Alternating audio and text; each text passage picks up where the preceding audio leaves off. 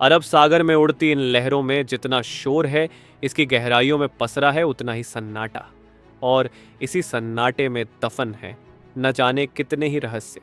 ये रहस्य है हजारों साल पहले समुद्र में डूबे एक शहर का। ये रहस्य है भगवान श्री कृष्ण की नगरी द्वारिका का। समुद्र की गहराइयों में इतनी खूबसूरत, इतनी विशाल और इतनी भव्य नगरी को यदि कोई एक बार देख ले तो बस देखता ही रह जाए। ऊंची ऊंची दीवारें, बड़े बड़े गेट और उन पर की गई नक्काशी, भव्य मंदिर और महल, एक पूरा प्लांट शहर जिसे देखकर लगता है मानो हम कोई फिल्म देख रहे हैं। जी हाँ दोस्तों, आज हम आपको लिए चलते हैं समुद्र के 130 फीट की गहराई में, जहाँ स्वयं भगवान श्री कृष्ण की नगरी यानी द्वारिका स्थित है। लेकिन उससे पहले आपको बता दूं कि कई लोगों को द्वारिका और बेट द्वारिका में काफ़ी कन्फ्यूजन होता है। दरअसल द्वारिका को दो हिस्सों में बांटा जाता है, द्वारिका और बेट द्वारिका। द्वारिका गुजरात के जामनगर में समुद्र के किनारे बसा एक छोटा सा शहर है। द्वारिका शहर में ही विश्व प्रसिद्ध श्री द्वारकाधीश का मंदिर है, जिसे भगवान विष्णु के 4 धामों में से एक माना जाता है। वहीं बेट द्वारिका गुजरात में समुद्र तट से 3 किलोमीटर की दूरी पर समुद्र के बीच एक द्वीप है। सालों से यहाँ जहाज़ों द्वारा जाया जाता था, परंतु अब यह सड़क मार्ग से जुड़ चुका है। यहाँ कई सालों पहले खुदाई में कई सारे अवशेष मिले थे जो महाभारत काल यानी द्वापर युग के थे। यहीं पर समुद्र के नीचे करीब 130 फीट की गहराई में खोजकर्ताओं को कुछ ऐसा नगर मिला था जिसे देखकर हर कोई हैरान था। समुद्र की गहराइयों में द्वारिका की खोज करने गई आर्कियोलॉजिस्ट की टीम को एक ऐसी भव्य नगरी दिखी जिसे देखकर लगा मानो वह कोई फिल्म देख रहे हों। उन्हें यहाँ पर करीब 9000 साल पुराने बर्तन, तांबे के सिक्के और एक ऐसा भव्य ग्रेनाइट का स्ट्रक्चर मिला जो कि एक भव्य महल और उस नगरी के चारों ओर बने परकोटे के समान था। इस नगरी का मेजरमेंट 12 योजन यानी 153.6 किलोमीटर का था। खोजकर्ताओं को जितनी जमीन पर नगर के परकोटे के अवशेष मिले थे, भागवत पुराण के अनुसार ये उतनी ही जमीन थी जितनी समुद्र देव ने श्री कृष्ण को द्वारिका बसाने के लिए दी थी। इस नगर के बीचों बीच एक महल स्थित था जिसके अवशेषों की कार्बन डेटिंग के बाद पता चला कि यह महल और नगर का परकोटा जिन नक्काशीदार पत्थरों से बना है, ये पत्थर कई हजार साल पुराने हैं। लेकिन दोस्तों, आखिर हमें कैसे पता पड़ा कि यह नगरी द्वारिका नगरी है और इसे श्री कृष्ण ने बसाया था? और तो और ये पानी में कैसे डूबी? तो चलिए अब आपको इस अद्भुत नगरी का रहस्य, इतिहास और हमारे पुराणों में वर्णित इसके डूबने की कथा को विस्तार से बताते हैं। आप इस वीडियो को लाइक और शेयर करके हर तरह का ज्ञान चैनल को सब्सक्राइब जरूर करें और मेरे साथ कमेंट में लिखिए, जय श्री द्वारकाधीश। नमस्कार दोस्तों, स्वागत है आप सभी का हर तरह का ज्ञान चैनल पर। श्रीमद् भागवत पुराण के 10वें अध्याय के अनुसार अपने मामा कंस का वध करने के बाद भगवान श्री कृष्ण अपने यादव वंश के साथ मथुरा में रहने लगे। लेकिन कंस की मौत का बदला लेने के लिए उसके ससुर जरासंध ने मथुरा पर 1 या 2 बार नहीं बल्कि पूरे 17 बार आक्रमण किया। बार बार हो रहे इन 17 बार के आक्रमण के कारण मथुरा की दीवारें ढह गईं और राजा कंस की मौत हो गई। आक्रमणों से न केवल मथुरा की प्रजा परेशान थी बल्कि श्री कृष्ण भी दुखी हो चुके थे। ये सब देखकर उन्होंने एक ऐसा निर्णय लिया जो इतिहास में अमर हो गया। श्री कृष्ण ने अपनी प्रजा की रक्षा के लिए मथुरा से कहीं दूर चले जाना सही समझा। भगवान श्री कृष्ण अब और युद्ध करके अपने परिवार और प्रजा को संकट में नहीं डालना चाहते थे। इसलिए उन्होंने अपने परिवार और पूरी प्रजा के साथ मथुरा को छोड़ दिया और मथुरा से 1250 किलोमीटर की दूरी पर अरब सागर के किनारे जा पहुंचे, जहां उन्होंने विश्वकर्मा को समुद्र के ऊपर एक नगरी बनाने का आदेश दिया।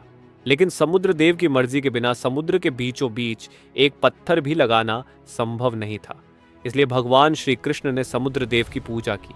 स्वयं नारायण का आदेश कौन टाल सकता था? तुरंत समुद्र देव ने प्रकट होकर अरब सागर के बीचों बीच 12 योजन यानी करीब 163.6 किलोमीटर की धरती प्रदान की।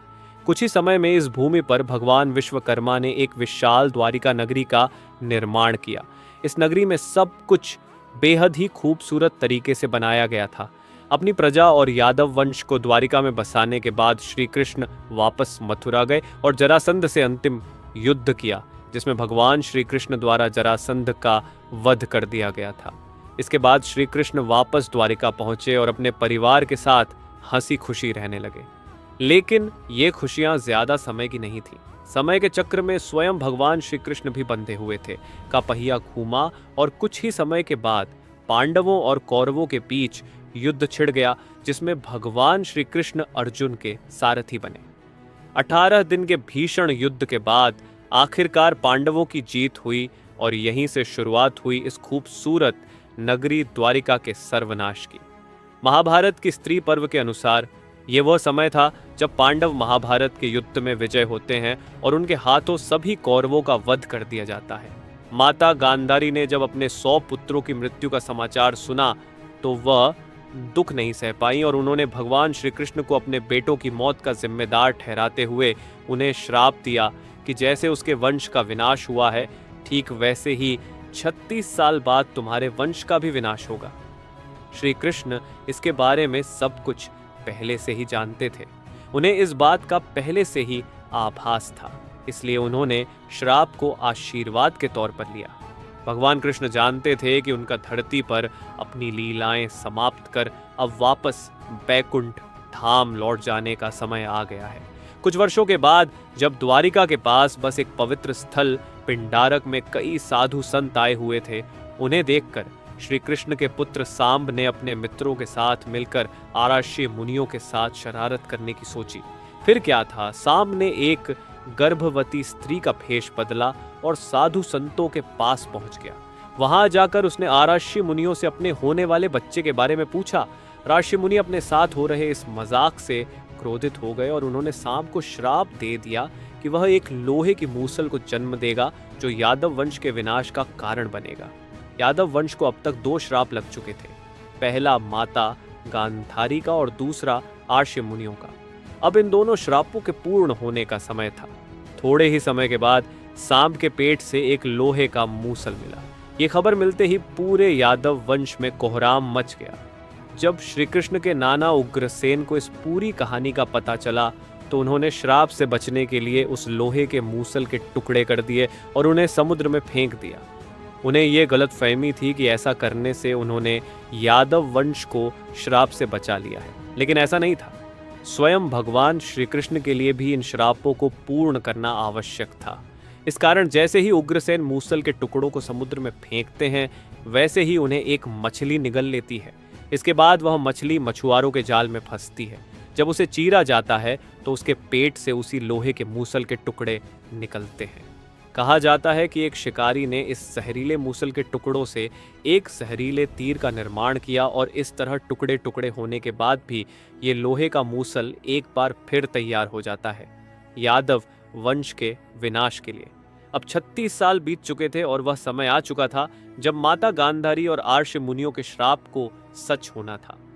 अपने अंत समय से अनजान पूरा यादव वंश नशे की लत में डूब चुका था और धीरे धीरे उन्होंने आपस में ही लड़ना शुरू कर दिया। अंदर ही अंदर यादव वंश में युद्ध छिड़ गया। भाई भाई को मारने लगा और धीरे धीरे पूरे राजवंश का विनाश हो गया। ये सब देखकर बलराम जी, जो स्वयं शेषनाग के अवतार हैं, उन्होंने भी इस धरती का त्याग कर दिया और वापस अपने धाम लौट गए। भगवान श्री कृष्ण भी जंगलों की तरफ निकल पड़े। कुछ देर चलने के बाद वह एक पीपल के पेड़ के नीचे विश्राम करने के लिए लेट गए। तभी एक शिकारी ने उन्हें एक हिरण समझकर उन पर तीर चला दिया। ये वही शिकारी था जिसने मछली के पेट से निकले टुकड़ों से तीर बनाया था और ये वही जहरीला तीर था जो उस लोहे के मूसल से बना था। जैसे ही जहरीला तीर श्री कृष्ण के पैर पर लगा, वैसे ही भगवान श्री कृष्ण अपनी लीलाएं पूर्ण कर वापस अपने बैकुंठ धाम लौट गए और उन्हीं के साथ पूरा यादव वंश भी खत्म हो गया। जब अर्जुन को इस बात का पता चला तो वह दौड़कर द्वारिका पहुंचे, लेकिन उनके पहुंचने से पहले ही सब कुछ नष्ट हो चुका था।